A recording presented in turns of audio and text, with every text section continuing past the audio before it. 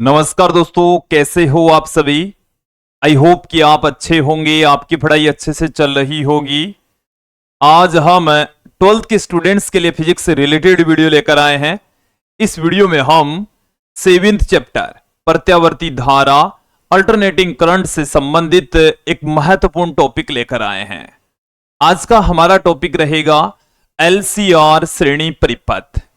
इस चैप्टर से रिलेटेड ऐसे सर्किट्स का एनालिसिस कर रहे थे जिसमें हमने 3 सर्किट देख लिए कि जब प्रत्यावर्ती परिपथ में शुद्ध प्रतिरोध लगा हो, जब प्रत्यावर्ती परिपथ में शुद्ध प्रेरकत्व, और लास्ट वीडियो में हमने जब प्रत्यावर्ती परिपथ में शुद्ध संधारित्र लगा हो, तो उन सर्किट्स का एनालिसिस कर लिया, उनका विश्लेषण कर लिया, जिसमें हमने कुछ बिंदु देखे थे। जैसे पहला बिंदु हमने देखा था कि प्रत्यावर्ती धारा का तात्क्षणिक मान एवं शिखर मान। दूसरा बिंदु हमने देखा था प्रत्यावर्ती वोल्टता और धारा में कलांतर। तीसरे बिंदु में हमने प्रत्यावर्ती वोल्टता तथा धारा का ग्राफीय निरूपण। चौथे बिंदु में हमने फेजर ग्राफ देखा। पांचवें बिंदु में हमने प्रतिरोध या जो प्रतिघात है उसका आवर्ती के साथ में क्या संबंध है, उसकी निर्भरता के बारे में समझा। और अंत में हमने उस एसी परिपथ में औसत शक्ति क्षय का व्यंजक देखा। आज के इस वीडियो में भी इन्हीं सभी बिंदुओं के बारे में एक एक करके अध्ययन करने वाले हैं, समझने वाले हैं। विद्यार्थियों, यदि आप हमारे YouTube चैनल पर नए हैं तो चैनल को सब्सक्राइब कर लीजिए, साथ में बेल आइकन भी दबा दीजिए ताकि आपको आगे की वीडियोस की नोटिफिकेशन मिलती रहे। बिना किसी देरी के आज के इस वीडियो को स्टार्ट करते हैं। देखिए, आज का जो हमारा परिपथ है वो है एलसीआर परिपथ। एलसीआर, और ये भी श्रेणी क्रम में जुड़े होंगे। एलसीआर श्रेणी परिपथ। देखिए, सबसे पहले मैं आपके सामने सर्किट बना देता हूं। इसमें एल मतलब प्रेरण कुंडली, सी मतलब संधारित्र, आर मतलब रेजिस्टेंस, तीनों विद्युत अवयव एक दूसरे के साथ में श्रेणी क्रम में एक एसी वोल्टता स्रोत के साथ में जुड़े होंगे। डायग्राम में आपके सामने रख देता हूं। क्या है, सिंपल सा डायग्राम हमारे पास में है। ये हमारे पास में एक कुंडली है, ओके, और ये हमारे पास में एक संधारित्र है, और फिर हमने जोड़ा है एक रेजिस्टेंस। फिर हमने क्या जोड़ा है, एक रेजिस्टेंस। ये जो तीनों ही अवयव हैं वो एक प्रत्यावर्ती वोल्टता स्रोत के साथ में जुड़े हैं। तीनों विद्युत अवयव किससे जुड़े हैं, एक प्रत्यावर्ती वोल्टता स्रोत के साथ में यहां से कनेक्टेड हैं। आप एक बार इस डायग्राम को अच्छे से देख लीजिए कि ये हमारे पास में है प्रेरण कुंडली जिसका प्रेरकत्व L, ये एक संधारित्र जिसकी धारिता C, और ये हमारे पास में है एक रेजिस्टेंस जिसका मान है कैपिटल R। ये प्रत्यावर्ती वोल्टता स्रोत है जिसकी वोल्टता है V बराबर Vm sign omega T. V बराबर Vm साइन ओमेगा टी। ये प्रत्यावर्ती वोल्टता स्रोत यहां से जुड़ा हुआ। आप यहां पर देख रहे हैं प्रेरण कुंडली, संधारित्र और रेजिस्टेंस तीनों एक दूसरे के साथ में श्रेणी क्रम में इस प्रत्यावर्ती वोल्टता स्रोत के साथ में जुड़े हुए हैं। ये जो प्रत्यावर्ती वोल्टता, उसके लिए मैं यहां पर सर्वप्रथम एक लाइन आपके सामने पुट कर देता हूं। वो लाइन क्या है, देखें कि किसी क्षण, जो कि हमने ये जो लाइन अब मैं पुट कर रहा हूं वो हमने लास्ट के जो 3 टॉपिक हैं, 3 वीडियोज हैं, उनके अंदर भी पुट की थी। जब शुद्ध प्रतिरोध, शुद्ध संधारित्र और शुद्ध प्रेरण कुंडली जुड़ी हो तब भी वोल्टता स्रोत यही लगा हुआ था। तो देखें, किसी क्षण स्मॉल टी पर प्रत्यावर्ती वोल्टता का तात्क्षणिक मान, प्रत्यावर्ती वोल्टता का तात्क्षणिक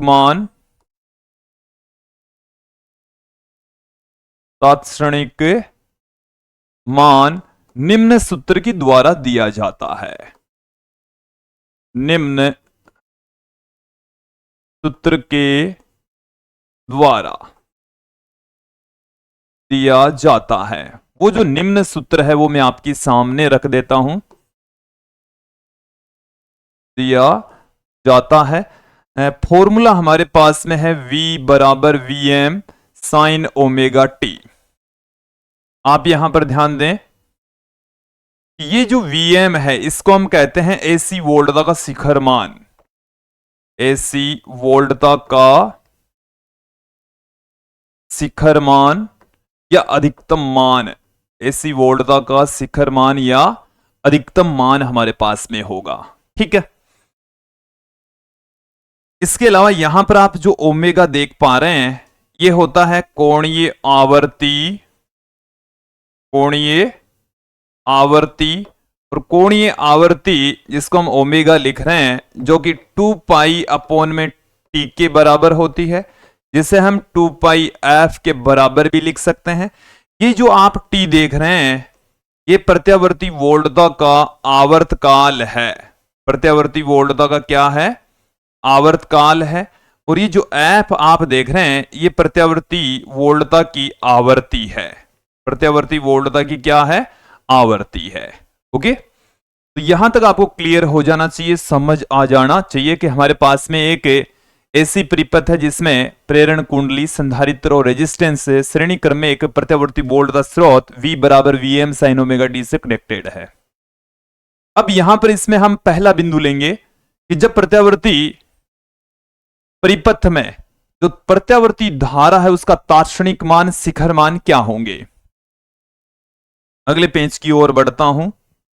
प्रत्यावर्ती धारा का तात्क्षणिक मान एवं शिखर मान, कि प्रत्यावर्ती धारा का तात्क्षणिक मान कितना है, शिखर मान कितना है। एक बार मैं पुनः सर्किट का निर्माण आपके लिए कर देता हूं, क्या है,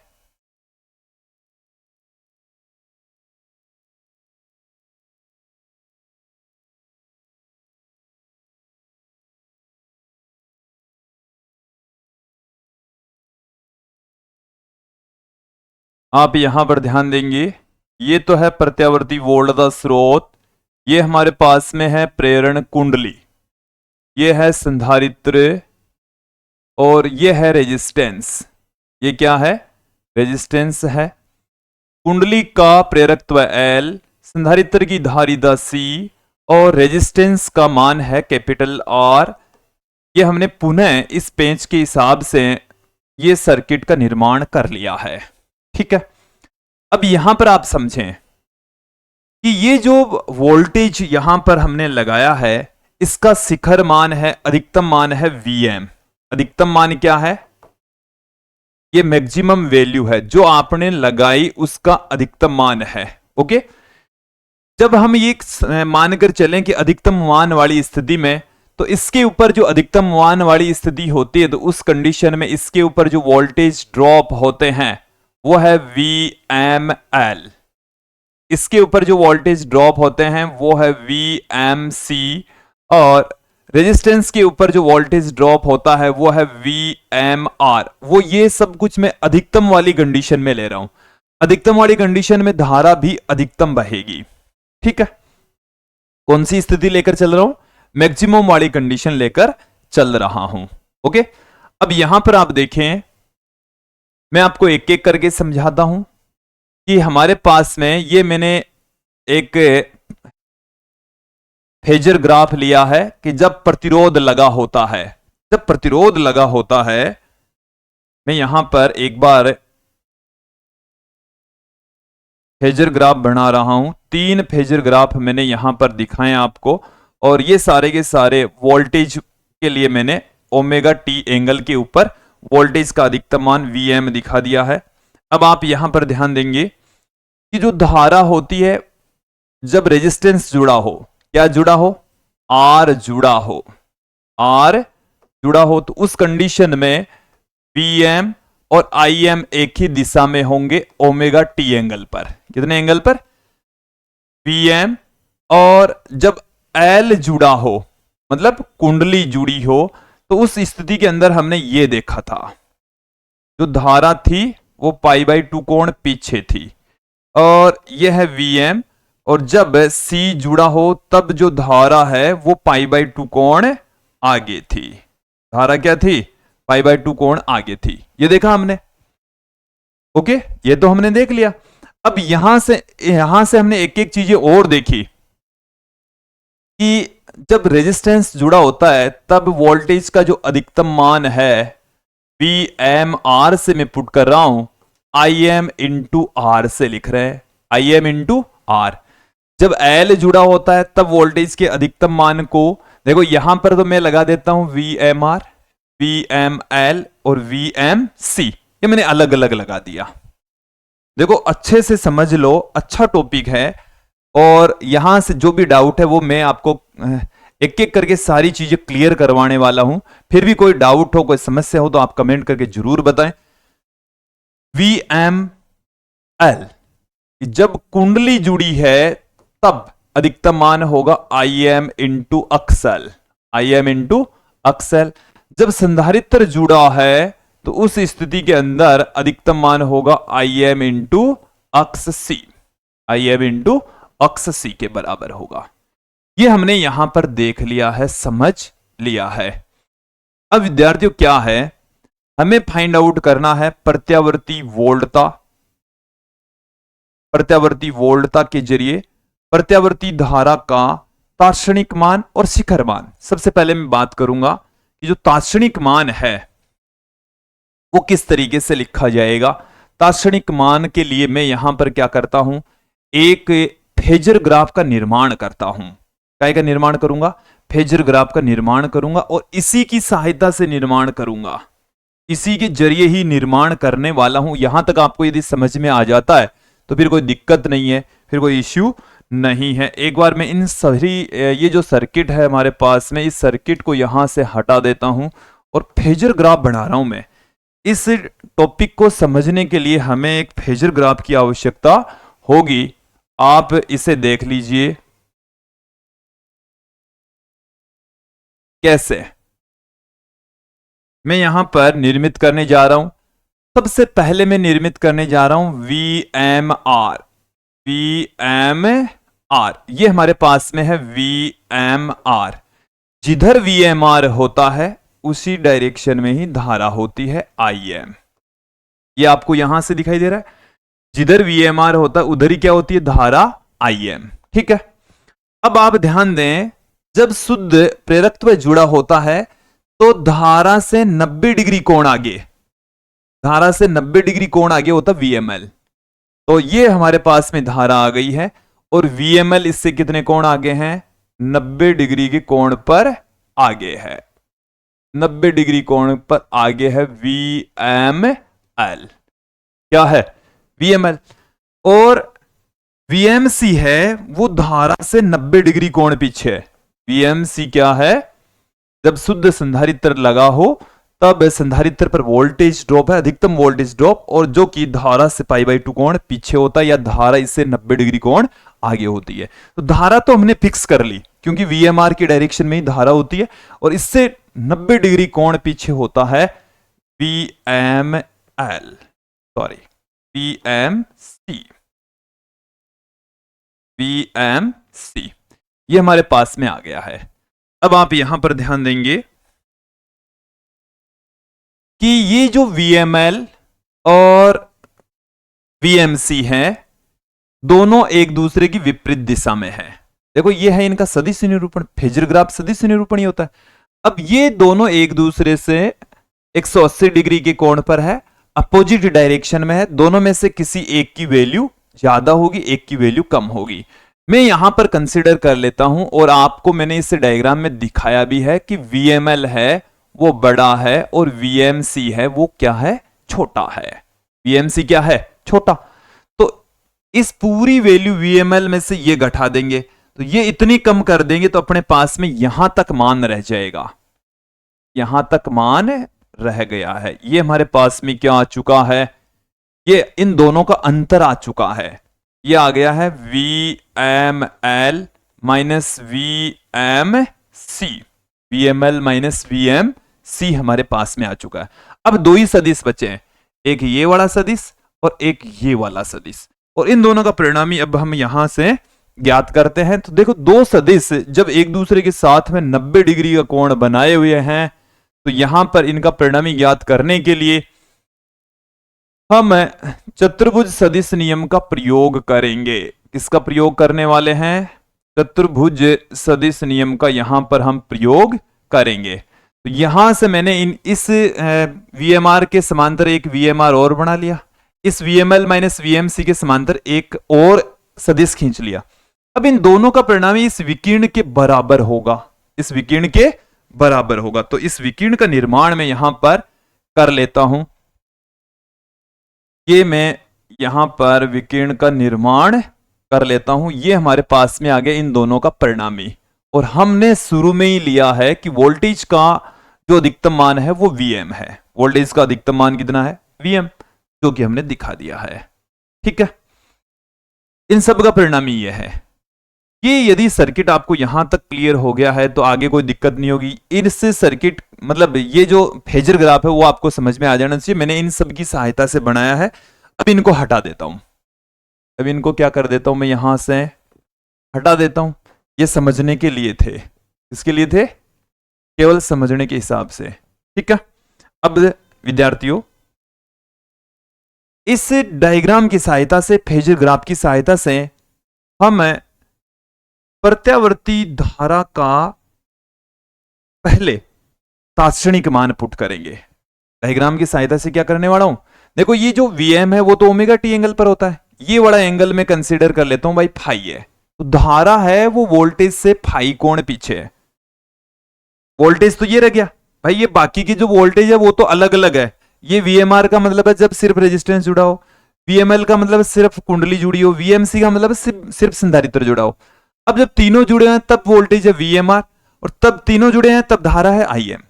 ठीक है, तो अब तो हमारे पास में ये दो ही सदिश बचे हैं, VM और IM। इनके बीच का एंगल मैंने कितना मान लिया?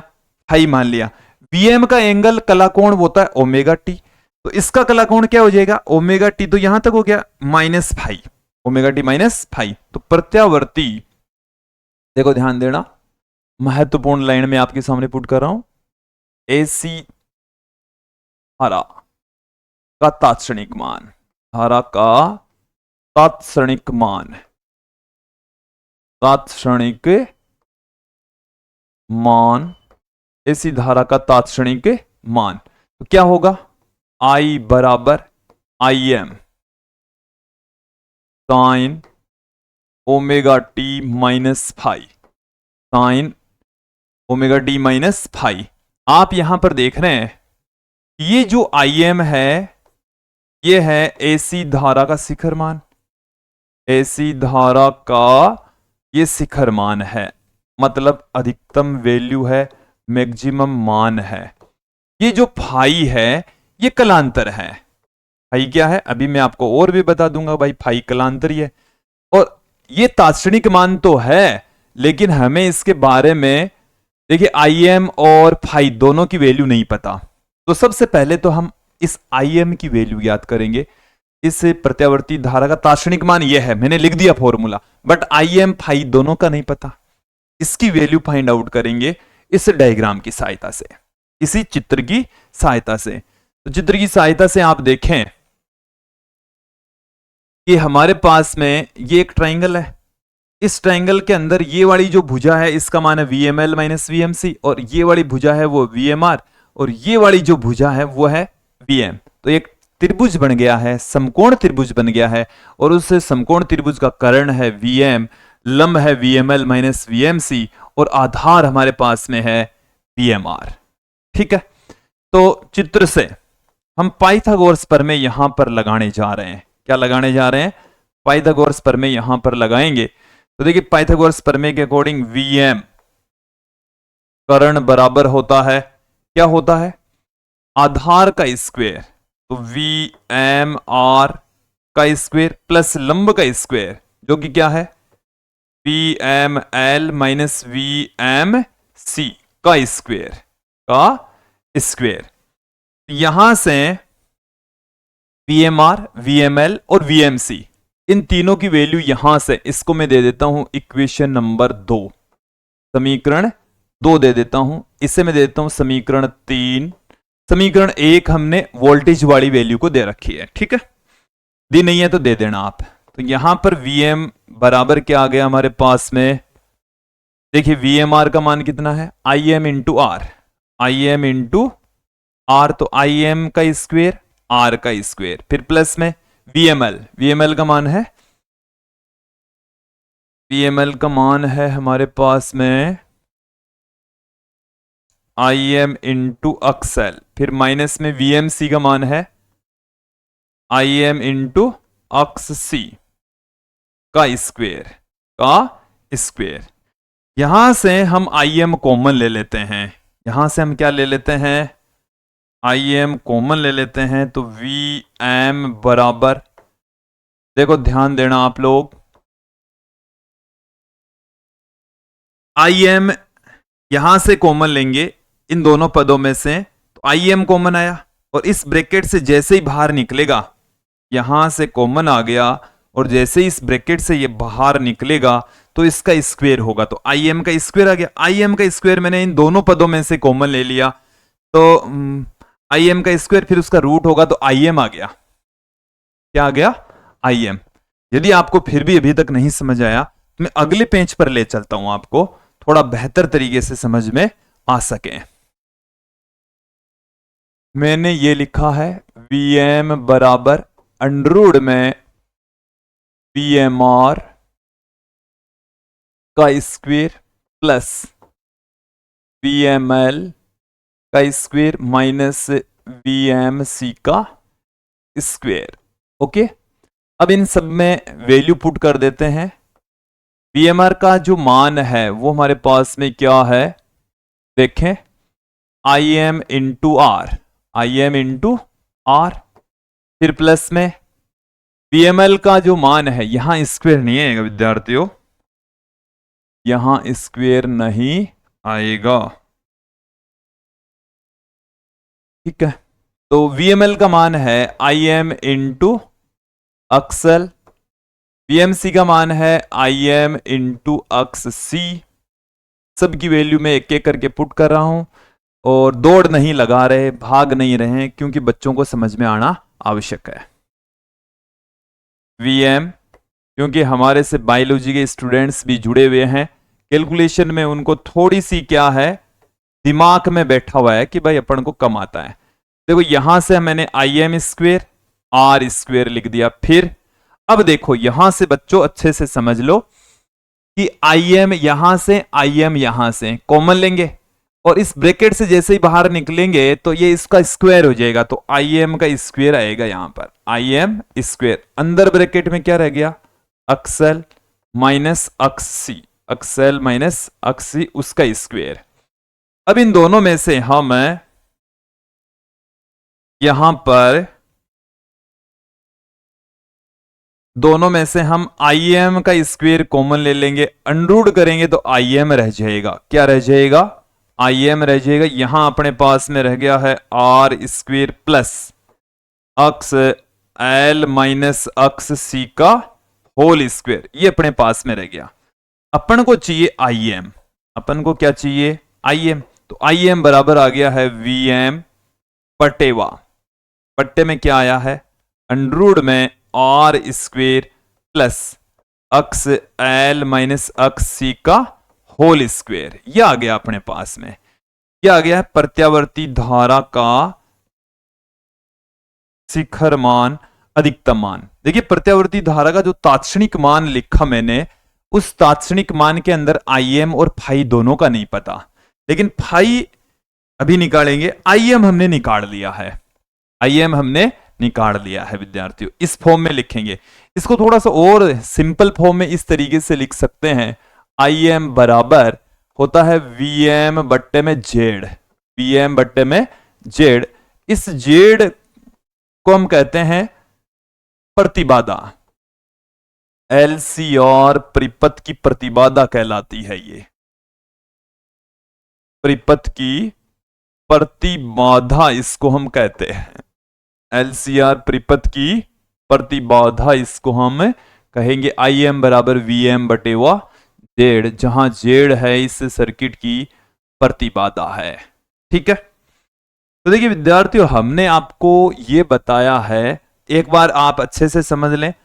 देखो जब कभी भी आई बराबर वी बट्टे में जेड ले, या तो इस तरीके से ले, देखो वैसे यहां पर आई एम लगाएं तो यहां पर वी एम, यहां पर आर एम एस लगा हो तो यहां पर क्या लगाओगे, वी आर एम एस लगाओगे। ये आप समझ लें, ये फॉर्मूले फिक्स है, इसी तरीके से आपको यूज में लेने, ये भी सही है, लेकिन ये है कि आई एम है तो इधर वी एम बट्टे में Z, I R M S है तो वी आर एम एस बट्टे में जेड यूज में लेंगे। ये क्लियर कर लीजिए, समझ लीजिए। ओके, अब यहां पर मैं बात करता हूं, ये जो जेड है इसके बारे में थोड़ी सी विस्तृत यहां पर चर्चा कर लेंगे। जेड जिसे हम प्रतिबाधा कहते हैं, जेड क्या चीज है, प्रतिबाधा, प्रतिबाधा जिसको हम जेड से लिख रहे हैं, किसके तुल्य है, डेफिनेशन क्या है, एलसीआर परिपथ में धारा के मार्ग में उत्पन्न बाधा, रुकावट, व्यवधान प्रतिबाधा कहलाती है, जेड से रिप्रेजेंट करते हैं। क्या है, एलसीआर परिपथ में, कौन से परिपथ में, एलसीआर परिपथ में धारा के मार्ग में, धारा के मार्ग में उत्पन्न बाधा, उत्पन्न बाधा या रुकावट, बाधा या रुकावट प्रतिबाधा कहलाती है। क्या कहलाती है, प्रतिबाधा कहलाती है। क्या कहलाएगी, प्रतिबाधा कहलाएगी। इसको हम जेड से रिप्रेजेंट करते हैं, किससे प्रदर्शित करेंगे, जेड से लिखेंगे। देखो हमने जेड किसके स्थान पर लिखा है, अंडरूड में R square plus X L minus X C का स्क्वेयर, इसके स्थान पर लिखा है। इसे मैं क्या लिख सकता हूं, देखिए अन्य रूप आप देख लेंगे, क्योंकि हम अक्सेल बराबर क्या जानते हैं, अक्सेल बराबर ओमेगा एल, और ओमेगा के स्थान पर हम क्या लिख सकते हैं, 2 पाई एफ भी लिख सकते हैं। अक्स सी बराबर होता 1 अपॉन ओमेगा सी, और ओमेगा के स्थान पर हम क्या लिख सकते हैं, 2 पाई एफ लिख सकते हैं। क्या लिख सकते हैं, 2 पाई एफ। ओके, तो ये हमारे पास में आ चुका जेड। तो जेड की जो वैल्यू है आर स्क्वेयर प्लस अक्सेल, अक्सेल हमारे पास में है, उसको हम ओमेगा एल से लिख सकते हैं, इससे लिख सकते हैं omega L minus 1 upon omega C. Okay, इसे और किस तरीके से लिखा जा सकता है, अंडरूड में R square plus 2 pi F L minus 1 upon 2 pi F सी।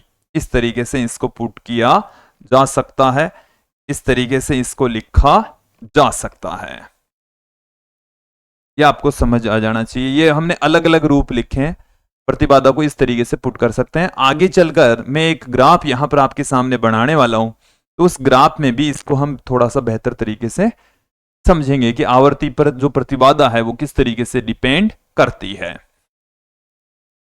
अगले बिंदु की ओर बढ़ते हैं। अब मैं बात करूंगा यहां पर प्रत्यावर्ती वोल्टता एवं धारा में कलांतर, कला कोणों का अंतर। मतलब यहां पर मैंने पहले भी बता दिया, कलांतर है वो उसको फाई से लिख रहे हैं। चलिए देख लेते हैं क्या रियल में फाई होता है। एसी वोल्टता, एसी वोल्टता, एसी वोल्टता हमारे पास में है V बराबर V M sine omega T. ठीक है, एसी धारा, एसी धारा I बराबर I M sine omega T minus phi. ठीक है, ये हमारे पास में है। अब आप यहां पर ध्यान देंगे, एसी वोल्टता, एसी वोल्टता एवं धारा में कलांतर, एवं धारा में कलांतर मतलब कला कोणों का अंतर कितना है। तो पहले वोल्टेज का कला कोण रखना है आपको। वोल्टेज का कला कोण है ओमेगा टी। वोल्टेज का कला कोण कितना है ओमेगा टी। धारा का कला कोण कितना है omega T minus five. Omega T minus five. यहां पर अपने पास में क्या आ जाएगा ओमेगा टी माइनस वाला जो साइन है इससे गुणा होगा, माइनस माइनस प्लस हो जाएगा। कलांतर अपने पास में होगा फाई। कलांतर कितना है फाई। अब इस फाई का मान हम निकालेंगे। फाई की जो वैल्यू है वो अब हम यहां पर ज्ञात करेंगे। कैसे ज्ञात करेंगे, अभी जो हमारे पास में फेजर ग्राफ था उसी की सहायता से निकालने वाले हैं। चलिए देखें इस तरीके से। ये हमारे पास में था VML माइनस VMC और ये हमारे पास में है VMR और इन दोनों का जो परिणामी है वो अभी अभी हमने इस तरीके से ज्ञात किया है जो कि VM है, जो कि कितना है VM। ये वाला एंगल है फाई, इधर है IM। ठीक है, अपन को इस फाई की वैल्यू निकालनी है। कलांतर कितना है फाई, अभी अभी हमने देख लिया कि भाई कलांतर तो है फाई। तो यहां से मैं इस चित्र से टेन फाई की वैल्यू निकालूंगा। टेन फाई बराबर होता है लंब बट्टे में आधार। लंब बट्टे में आधार, तो जो भी एंगल होता उसके सामने वाली भुजा लंब होती। तो यह है लंब जो कि VML माइनस VMC के बराबर है। VML माइनस VMC बटेवा आधार ये वाला है VMR। VMR देखें इन सब की वैल्यू में यहां पर पुट कर देता हूं। VML की वैल्यू है omega into L, omega into X L. सारी वैल्यू अभी भी गलत पुट कर रहे हैं। IM इंटू अक्सल, IM इंटू अक्सल होगी। ठीक है, और VMC का मान होता है IM इंटू अक्सी और VMR का मान होगा IM इंटू R। ये वाली वैल्यू मैंने आपको इस वीडियो में शुरू में ही बता दी है। चलिए देखें कहां बताई, ये रही VMR VML VMC IMR IM अक्सल IM अक्सी। इन सभी का मान मैं यहां पर पुट कर रहा हूं। ठीक है, IM यहां से ऊपर से कॉमन ले लेंगे और नीचे वाली राशि से नीचे वाले IM से काट देंगे तो अपने पास में यहां पर रह जाएगा अक्सल माइनस अक्सी बट्टे में R, बट्टे में R रह जाएगा। अब देखो इस टेन फाई को भी हम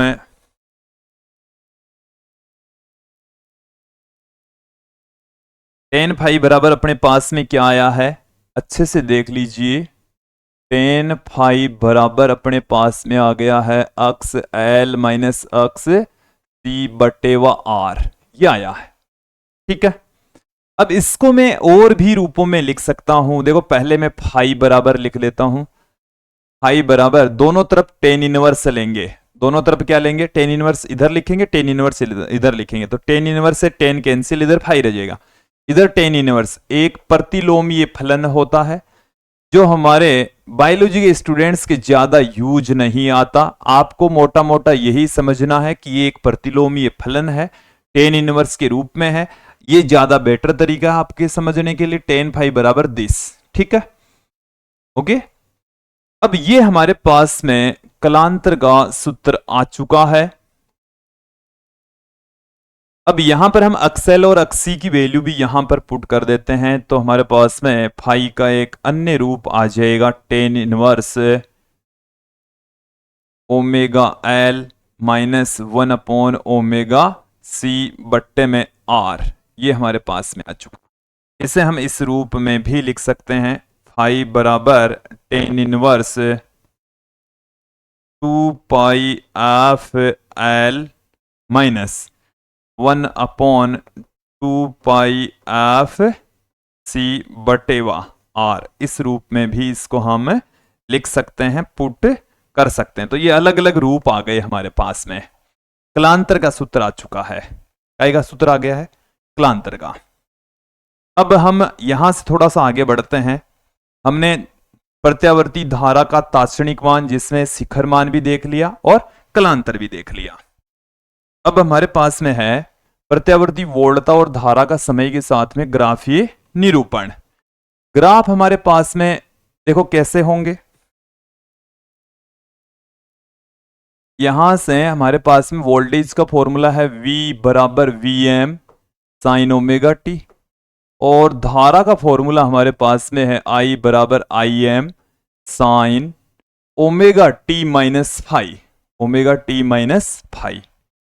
अब इन्हीं दोनों सूत्रों का प्रयोग करते हुए, दोनों सूत्रों का प्रयोग करते हुए मैं यहां पर ग्राफ आपके सामने रखने जा रहा हूं। देखो क्या है, इस तरीके से मैं ग्राफ निर्मित करूंगा। सबसे पहले तो वोल्टेज का ग्राफ, सबसे पहले को तो हमने काहे का ग्राफ खींचा है, वोल्टेज का, जिसमें ये जो समय है यहां तक एक चक्कर हो चुका है, यहां तक हो गया है आधा चक्कर, और यहां तक हो गया है आधे का भी आधा, मतलब T/4, यहां से 0, और ये है 3T/4। ओके, ये हमने आवर्तकाल को 4 टुकड़ों में तोड़ दिया है। अब धारा क्या है, इससे फाई कोण पीछे चलती है। जब इसका मान 0, ओमेगा टी का मान 0 होता है, तब इसका मान होता माइनस में फाई, माइनस में फाई। तो ये जो ग्राफ है विद्यार्थियों, यहां से स्टार्ट होने वाला है। कहां से स्टार्ट होने वाला है, फाई कोण पीछे से स्टार्ट होगा, यहां से ऐसे। देखो फाई कोण पीछे से ऐसे चलेगा, यहां पर ये जो बिंदु होगा वो ऐसे होगा, ठीक है, इस तरीके से।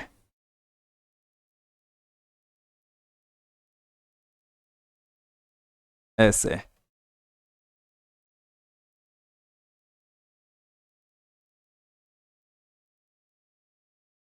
ऐसे ऐसे ग्राफ आएगा। और मुझे उम्मीद है आपको ये जो ग्राफ है वो अच्छे से समझ में आ गया होगा। यहां से इसको मिला देता हूं, यहां से इसको मिला देता हूं। ये हमारे पास में है वोल्टता का अधिकतम मान Vm, ये है हमारे पास में धारा का अधिकतम मान Im। ओके, इधर मैंने ले लिया है समय, जिसको मैं लिख रहा हूं स्मॉल t से। ये हमारे पास में इसका ग्राफ आएगा, एक सिंपल सा साधारण सा ग्राफ, जो कि समय और वोल्टेज और धारा के साथ में हमने एक साथ खींचकर दिखाया है। ये जो गैप आप देख रहे हैं, ये फाई कोण का गैप है। कितने कोण का गैप है, फाई का, जो कलांतर को रिप्रेजेंट करता है। आगे बढ़ते हैं, फेजर ग्राफ। देखो हमने फेजर ग्राफ वैसे तो देख लिया है, फेजर ग्राफ हमने देख लिया है। क्या ग्राफ देखा है मैं आपको समझा देता हूं। हमने मोटा मोटा मैं आपको बताता हूं, हमने इस तरीके से देखा। इधर अपने पास में, चलिए एक बार यहां से इन सब को हटाकर जो आपने देखा वही मैं आपके सामने रख रहा हूं, पूरा ही रख देता हूं। कि हमने इधर, हमने क्या लिया, इधर इधर हमने लिया VML, इधर हमने लिया VMC, इधर हमने लिया VMR। VMR की डायरेक्शन में क्या है, IM। ये दोनों अपोजिट डायरेक्शन में होने की वजह से इनका परिणामी निकाल लेते हैं, VML माइनस VMC। अब ये अपने पास में एक सदिश तो आ गया, ये वाला एक सदिश आ गया अपने पास में, ये वाला। अब इन दोनों का परिणामी ज्ञात करेंगे। इन दोनों का परिणामी ज्ञात करने के लिए हम क्या कर रहे हैं, यहां से एक चतुर्भुज का निर्माण कर रहे हैं।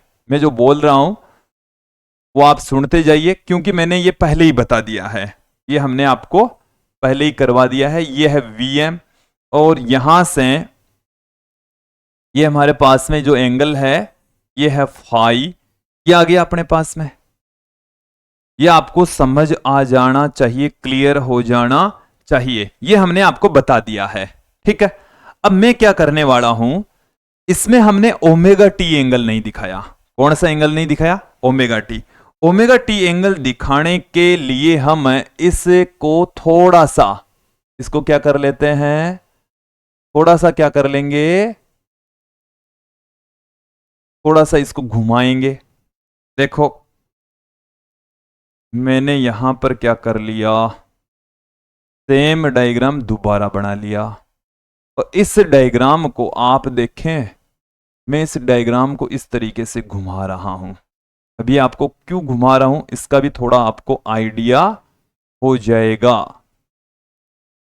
ठीक है, मैं यहां पर इसको रख लेता हूं। ठीक है, देखिए विद्यार्थियों, आप ध्यान देंगे काम कितना आजकल आसान हो गया है। ये इस डिजिटल बोर्ड की करामात है। मैंने यहां से इसको घुमाया, अपने पास में परिणामी वोल्टेज है ये वाले Vm। तो ये जो Vm है, ये इसने एंगल बना रखा है थीटा। इसने एंगल कितना बना रखा है, थीटा कोण बना रखा है। कितना कोण बना रखा है, थीटा। तो यहां से यहां तक का जो कोण है ये सॉरी, इसको हम ओमेगा टी से लेकर आए हैं। थीटा वो ओमेगा टी के रूप में, तो ये ओमेगा टी है। आप यहां पर ध्यान देंगे, यहां से यहां तक का कोण है ओमेगा टी, और धारा का एंगल है ओमेगा टी माइनस फाइव, क्योंकि यहां से वापस बैक साइड में चल रहा है। ठीक है, क्योंकि धारा यहां पर है, धारा ये रही। ये हमारे पास में फेजर ग्राफ आ चुका है। आपको समझ आ जाना चाहिए फेजर ग्राफ, ये सिंपल रूप है, ये एकदम सही रूप है। ठीक है, ये भी गलत नहीं है, ये और बढ़िया है।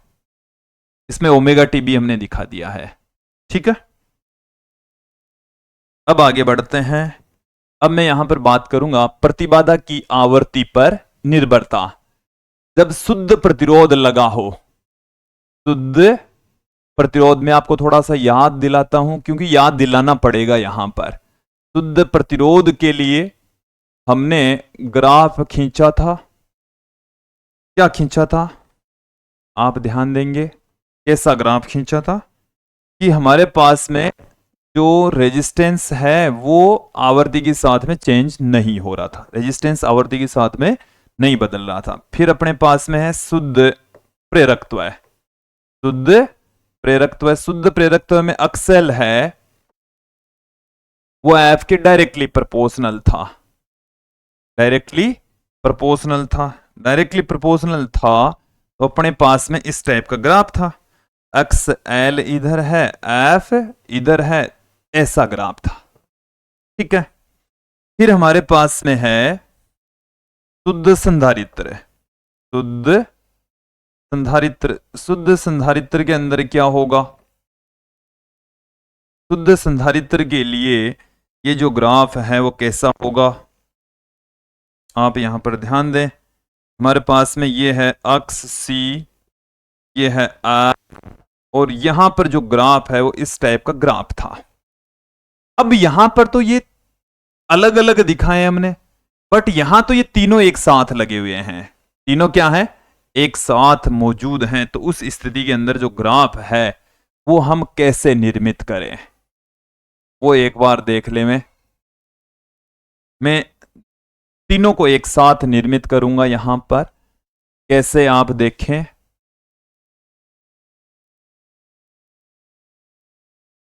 ये हमारे पास में हो गया है।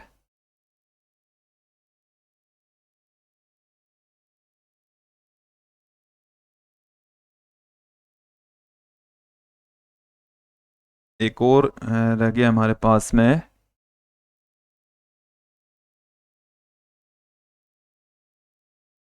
ये आप देखें।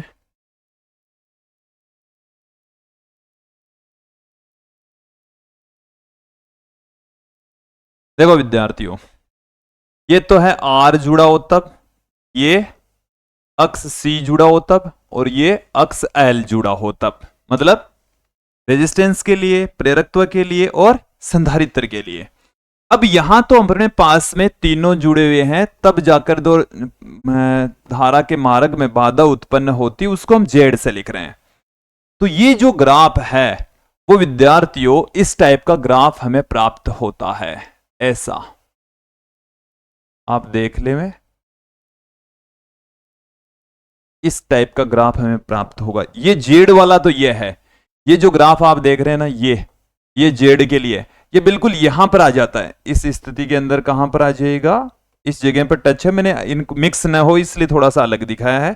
इस आवृत्ति को हम अनुनादी आवृत्ति कहते हैं। क्या कहते हैं? अनुनादी आवृत्ति कहते हैं। इस टाइप का हमें ग्राफ प्राप्त होता है। ओके, अब आगे बढ़ते हैं। मैं यहां पर बात करूंगा एक विशेष स्थिति में यहां पर लेकर चल रहा हूं, VMC greater than VML। VMC greater than VML। तो देखिए यहां पर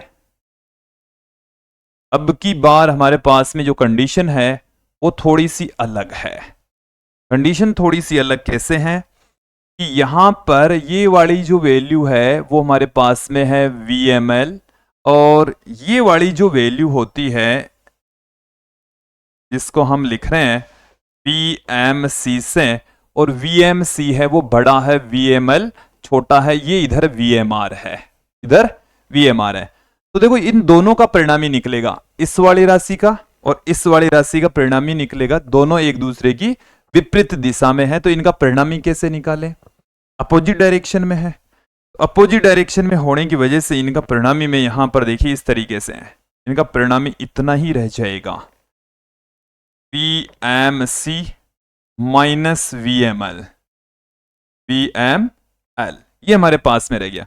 अपने पास में अब दो सदिश रह गए, एक तो ये वाला जो कि क्या है VMR, एक ये वाला VMC माइनस VML। अब आप ध्यान दें,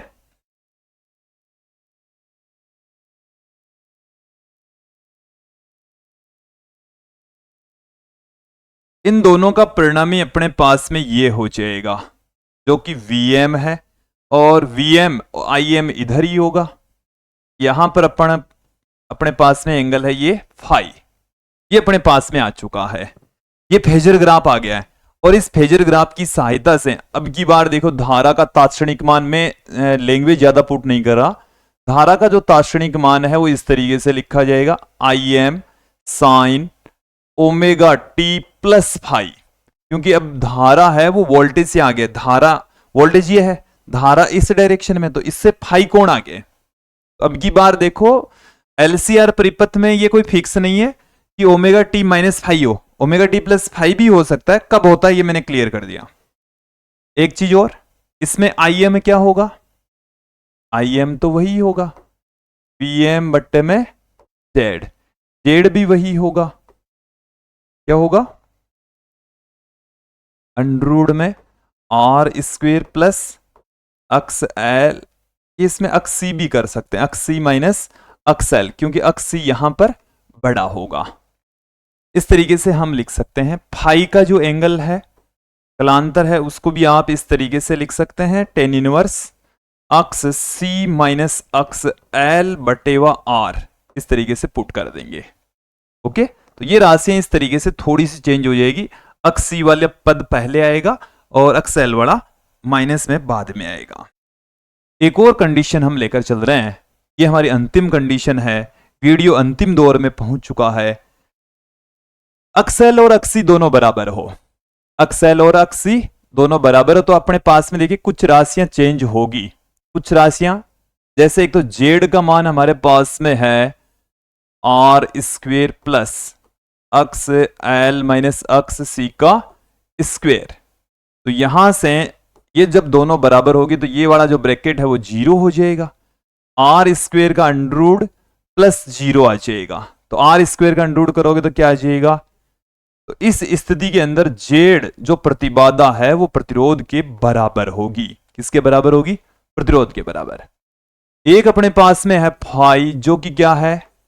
टेन इनवर्स अक्स L माइनस अक्स C बटेवा R। तो अक्स L माइनस अक्स C, अक्स L माइनस अक्स C, तो ये दोनों भी बराबर होंगे तो ये 0 हो जाएगा। टेन फाई बराबर क्या आ गया अपने पास में? 0। तो फाई का जो मान है वो कितना आ जाएगा? 0 आ जाएगा, 0 आ जाएगा। क्लियर? तो आपको ये भी समझ में आ जाना चाहिए, क्लियर हो जाना चाहिए। तो विद्यार्थियों, ये था आज का हमारा वीडियो जिसमें हमने LCR परिपथ के बारे में विस्तृत जानकारी प्राप्त की, और मुझे उम्मीद है कि आपको आज का ये जो टॉपिक है वो अच्छे से समझ में आ गया होगा। इस टॉपिक से जुड़ी हुई अभी हम बहुत सारी चीजें देखेंगे। एक तो ये वाली जो कंडीशन है अक्सएल बराबर अक्सी, इसको हम अनुनादी स्थिति कहते हैं। इस स्थिति के बारे में अगले वीडियो में विस्तृत चर्चा करेंगे। एक एलसीआर परिपथ में औसत शक्ति क्षय इस वीडियो में नहीं पढ़ा है हमने, उसके बारे में भी हम अगले वीडियोज में विस्तृत चर्चा करने वाले हैं। तो विद्यार्थियों, आप हमारे साथ में यूं ही बने रहिए। आज की इस वीडियो में इतना ही। धन्यवाद दोस्तों।